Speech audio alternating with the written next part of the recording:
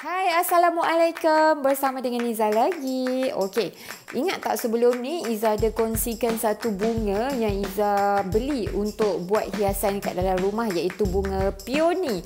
Okey, untuk kali ni Iza nak kongsi lagi satu lagi bunga, iaitu bunga poppy. Okey, jom. Okey, so bunga poppy ni macam ni. Cantik sangat. Dia punya design bunga poppy ni dia macam tak terlalu banyak dia punya kelopak, dia punya bunga simple. Okey, so bunga poppy ni dia ada macam-macam tone color juga, tapi Iza lebih suka untuk pilih color yang lebih lembut. Macam yang sebelum ni untuk bunga peony, Iza ambil tone merah jambu dengan off-white juga. So yang poppy ni pun Iza pilih tone yang sama supaya dekat dalam rumah ni dia tak terlalu banyak color-color bunga yang macam-macam. So Iza stick untuk pilih satu ataupun dua tone color bunga sahaja supaya dia tak terlalu banyak warna dekat dalam rumah.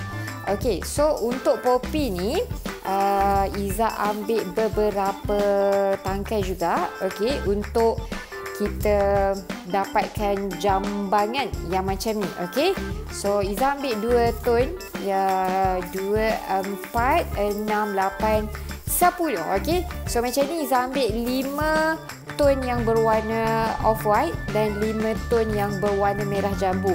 So untuk 10 tangkai ni, okey, satu tangkai tu kita akan dapat 3 kuntung bunga macam ni. Sekejap, So 2 yang kembang, 2 yang dah betul-betul kembang. Satu tu dia punya saiz kecil sikit. Oh, dia ada 4. So satu lagi yang belum kembang. So dalam satu kelopak ni kita akan dapat 4 macam ni. Okey. So color pink ataupun color merah jambu 4, yang color off-white ni pun kita akan dapat 4 macam ni. So sebab itulah Iza ambil 10 tangkai macam ni. So in total ada 40 lah. Okey, 40 kuntuman bunga yang mekar dekat dalam rumah. Okey. Jadi yang ini pun simple tau. Iza letak dekat dalam pasu yang sama design yang sebelum ni. Iza letak pasu yang berwarna putih, iaitu design marble juga. Sebab design marble kan dia macam mewah, nampak macam hidup. Okey, sebab unsur-unsur batu kan. Okey, so Iza memang tak letak sponge ke apa dekat dalam pasu tu untuk cucuk-cucuk bunga poppy ni. So ini pasu yang sama juga macam Iza letak bunga peony sebelum ni.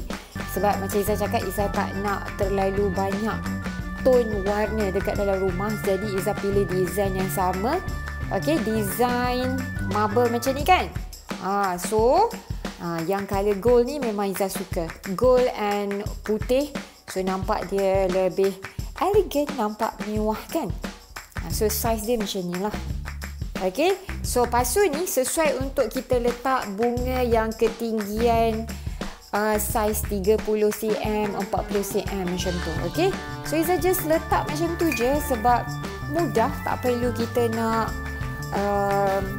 letak sponge dan sebagainya. So dapat satu jambangan bunga poppy yang comel dan cantik macam ni, yang kita boleh letak dekat dalam rumah kita, sama ada dekat ruang sudut makan. Okey, nak letak kat ruang tamu boleh, nak letak dekat mana area-area yang kita nak nampak dia lebih manis. Okey, so naiklah seri dekat ruang yang kita letak bunga macam ni. Okey, so you all boleh cuba untuk dapatkan. Kalau tak minat color yang soft pink dengan off-white macam ni, boleh juga dapatkan warna-warna lain. Dia ada juga warna orange, warna biru, warna merah dan sebagainya. Okey, so jumpa lagi untuk next session. Bye. Assalamualaikum.